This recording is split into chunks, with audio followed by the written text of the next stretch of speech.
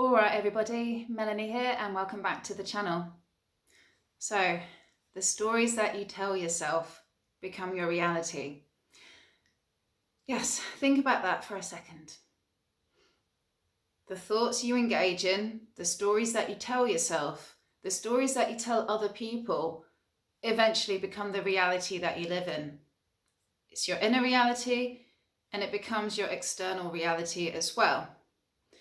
I'm going to focus on sympathy in particular. So imagine a child that has experienced a lot of abuse.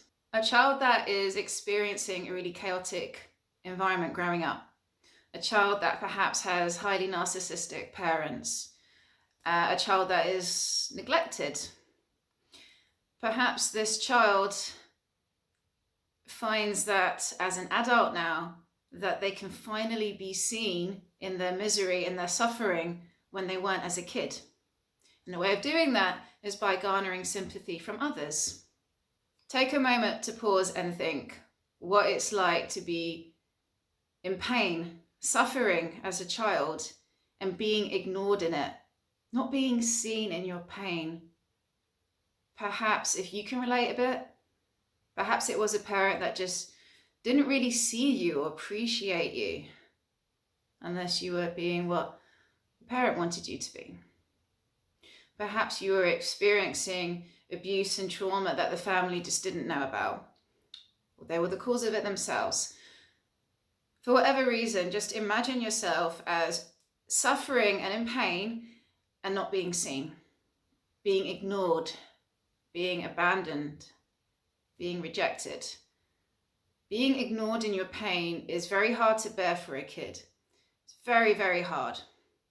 And unfortunately, with people who have BPD, these needs haven't really been met and will go about in life trying to garner sympathy from others, partly as a way to survive. Perhaps if they're ill or they're unable to work, then having a sympathetic partner means that they can survive. They can still have a place to live in and still be able to eat and be looked after. I can understand why. I could totally understand being dependent on people's sympathy. But the problem is that it keeps you in this reality in which you are dependent. The dangers of that is that you end up creating conditions perhaps in which you are still suffering so that people still need to look after you. Because if you weren't suffering anymore, then will people still notice you? Will people still care? The danger about relying on other people to look after you, relying on the sympathy from others when you share with them your sad story, is that we are still maintaining an external locus of control. And often there's a fear behind that, the fear about, would I still be seen if I've recovered? Will I still be seen if I'm not having these problems that's giving me this attention? Will I still get the same attention if I'm a happy person with no problems and completely independent? And the thing is about having people actually listen and be sympathetic, perhaps provide pity, is that if you had been so hurt in the past and you were ignored, and now you finally have people who are witnessing you in your pain and say, I'm sorry, how can I help? This is a wonderful feeling, and it becomes quite addictive to chase that feeling. It's the corrective emotional experience that the inner child wants, to finally be seen in his or her pain and anguish. So the child that didn't get any sympathy, didn't get seen in his or her pain, as an adult now, is still looking for this. The child who didn't get seen, now as an adult, is starting to get seen. And it feels wonderful to have the sympathy and attention from others. It becomes addictive. And then it becomes the narrative in his or her head. This person stays the victim because victimhood seems to be bringing the attention that he or she just never really got. But the thing is that it can be addictive and keeps the person in a state of victimhood.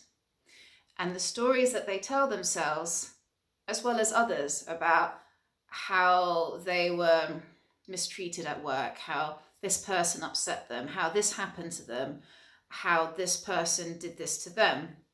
And it becomes clear that this person doesn't really have an internal locus of control. They very much have an external locus of control, meaning that it's outside influences and forces that are causing he or she to feel this way. Now, for someone to truly heal from trauma, and I mean someone who legit actually wants to improve, transform themselves, is to take back this locus of control, internalize it, meaning that you accept your own accountability.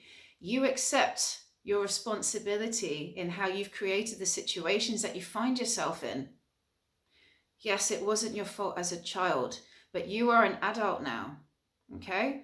Your mental health is not your fault, but it is your responsibility. And you are an adult now, and it is 1000% your responsibility to keep staying in this immature, childlike state of always blaming others when you're a grown-ass adult.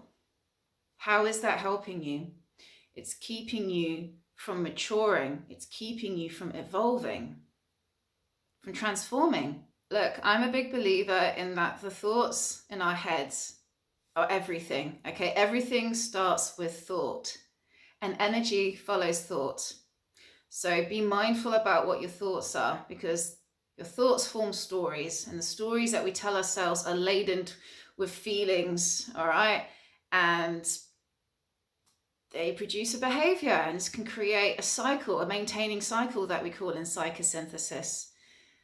And it all starts with thought. And the only way to break cycles is through your attention, choosing to not be engaging in these cycles or thinking. Watch your thoughts, for they become words. Watch your words, because they become actions. And watch your actions, because they become your behavior. And watch your behavior, because it becomes your character. And watch your character, because it becomes your destiny. Thought is at the beginning of everything.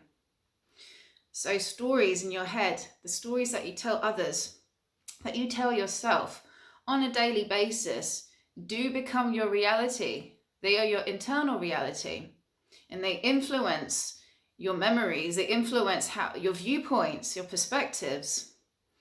And sooner enough, you will create a life in which you are needing sympathy. And the more we find ourselves constantly needing sympathy from others, the further we find ourselves in codependency. And it becomes really hard to empower yourself, to become independent, to heal yourself. No, it becomes a lot harder. Be honest with yourself. Can you resonate with needing sympathy from others?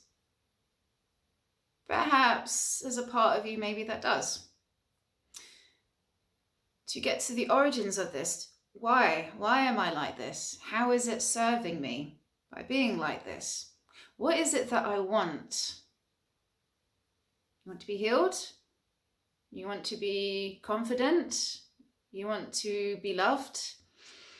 You have to create this within yourself first, all right? Your inner reality becomes your external reality, okay?